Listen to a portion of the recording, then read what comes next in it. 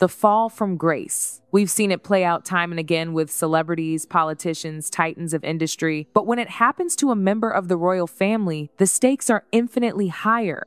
The consequences reverberate through centuries of tradition, shaking the very foundations of a nation's identity. And in the case of Prince Andrew, the Duke of York, the implosion has been nothing short of spectacular. Once upon a time, Andrew was the golden boy, the Queen's favorite son.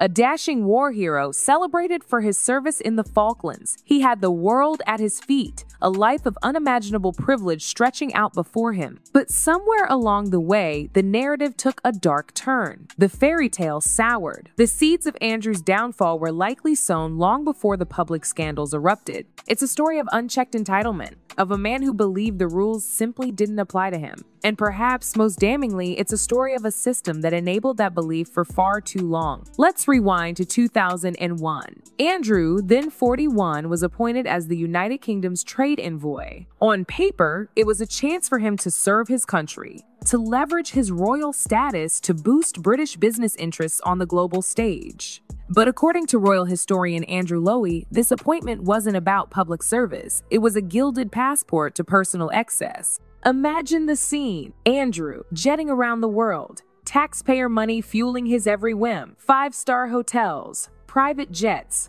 lavish dinners. It's easy to picture him basking in the attention, the deference, the sheer power that came with his title. And it's not hard to imagine how easily that power could corrupt. The allegations surrounding Andrew's conduct during this period are staggering. Lowy paints a picture of a man with no moral boundaries, a man who saw his role as trade envoy not as an opportunity to serve, but as a personal playground. Take, for example, the trip to Thailand, an official visit funded by British taxpayers, ostensibly to celebrate the Thai king's birthday. But according to Lowy, Andrew had other priorities. He allegedly demanded to stay in a luxury hotel, bypassing the British embassy. He tacked on 2 weeks of private time to his official schedule, a pattern he apparently repeated on nearly every trip. And then there's the truly shocking claim that during that brief stay in Thailand, 40 women were paid to visit Andrew's hotel suite over just 4 days. 40 women. The sheer audacity of it is breathtaking. Lowy claims this information was verified by multiple sources, including a Reuters correspondent and even a member of the Thai royal family. It's a scene ripped straight from the pages of a decadent novel.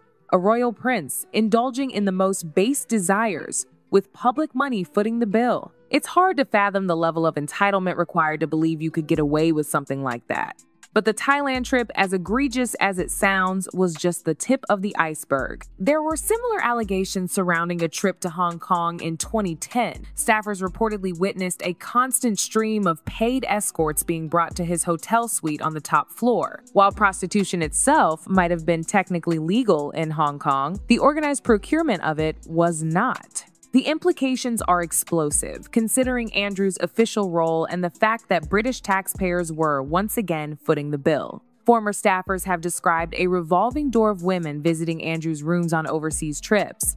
Lowy paints a picture of a man driven by compulsive habits rather than any genuine interest in diplomacy. It's a deeply troubling portrait of a senior royal treating official missions as personal playgrounds, with the public picking up the tab. The financial cost of Andrew's alleged escapades is staggering. Investigators estimate that his flights and accommodations during his decade as trade envoy cost roughly £4 million. Some individual trips topped £90,000 in travel expenses alone. Think about that for a moment. That's more than most people earn in a lifetime spent on a single trip, allegedly to facilitate personal indulgence. But the scandal goes beyond mere financial waste. According to Andrew Lowy, Andrew used his position to advance the financial interests of himself and his close associates. One businessman, David Rollins, reportedly benefited from Andrew's access, securing meetings and even a Middle Eastern banking license thanks to Andrew's interventions.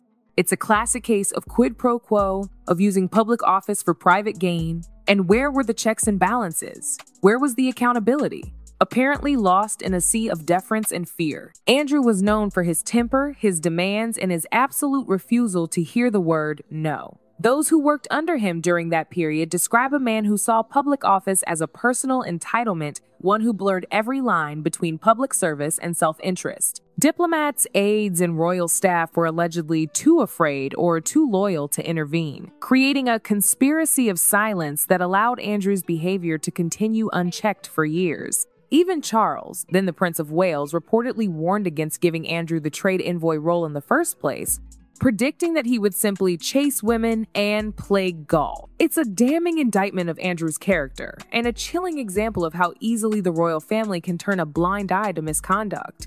For years, the palace tried to contain the damage. There were quiet warnings, brief suspensions, and half-hearted attempts to keep Andrew out of the spotlight. But the truth, as it always does, eventually came to light. Now, King Charles has taken decisive action, stripping Andrew of his final royal honors and formally notifying him to vacate Royal Lodge. It's a symbolic gesture, perhaps, but a necessary one. The monarchy needs to distance itself from Andrew's toxic legacy if it hopes to maintain any semblance of credibility. But the question remains, is it enough? Should the palace unseal those secret trade envoy files to show the full truth? Should those who enabled Andrew's behavior be held accountable? And after everything we've learned, does he deserve any place in royal life again? The answer, to me, seems clear. Andrew's downfall was inevitable. He was a man consumed by arrogance and entitlement, a man who believed the rules didn't apply to him. And the system that allowed him to believe it for so long is equally culpable. The most chilling part of this story isn't the scandal itself, but the silence. The culture of indulgence, secrecy, and unchecked privilege that no one dared question. It's a culture that has festered within the royal family for generations, and it's one that must be eradicated if the monarchy is to survive. Andrew's story is no longer about royal romance, public service, or ceremonial duty. It's about a man who believed he was above the law, in a system that let him believe it for far too long. He once represented Britain on the world stage. Now he represents everything the monarchy must leave behind if it's to have any future at all. The title is gone, the home is next, the respect already lost. This isn't a royal setback. It's the complete dismantling of a legacy. Teddy bears, 40 of them, meticulously arranged each day according to a precise chart. Staff tasked with the daily ritual of placing each stuffed animal in its designated spot on Prince Andrew's bed. It's a detail so bizarre, so utterly removed from reality that it almost feels like a parody. But it's real. It's a glimpse into the mind of a man who has lived his entire life cocooned in privilege, insulated from the consequences of his actions. And the teddy bears are just the beginning. The reports of Andrew's behavior in recent years, since being forced to step back from royal duties,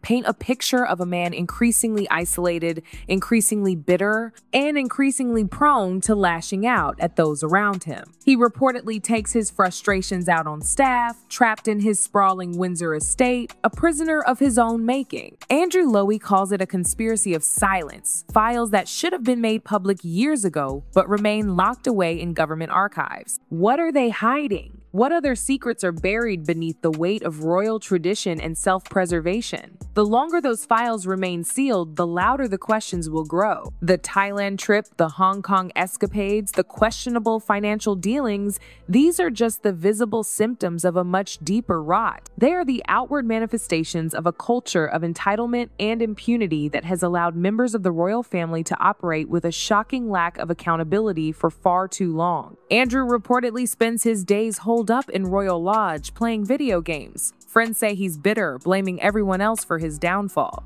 He refuses to accept responsibility for his actions, clinging to the last vestiges of his former life. But the king's patience has finally run out. There will be no more quiet deals, no more cover-ups, no more special treatment. The 2010 trip to Hong Kong is particularly damning. The court circular meticulously documents Andrew's schedule of business meetings, bank visits, and high society dinners across Hong Kong and mainland China. A carefully constructed facade of official duty, yet behind the scenes, according to aides interviewed for documentaries and books, his private behavior was an open secret. A revolving door of women, paid for with someone else's money, brought directly to his hotel suite. It's not just it's the arrogance, the utter disregard for the people he was supposed to be serving. It's the assumption that he could do whatever he wanted, consequences be damned.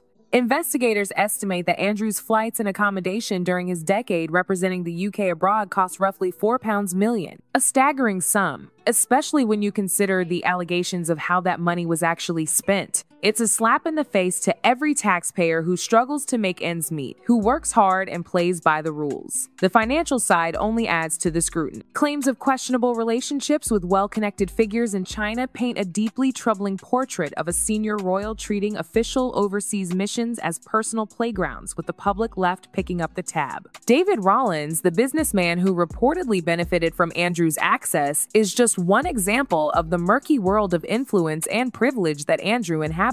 Andrew's story is a cautionary tale, a stark reminder of the dangers of unchecked power and the corrosive effects of entitlement. He was given a platform, a position of immense privilege, and he squandered it. He used it for his own personal gain, betraying the trust of the people he was supposed to serve. He once stood for something, however symbolic. Now, Prince Andrew stands for a lesson learned, a line in the sand, and a final word: enough.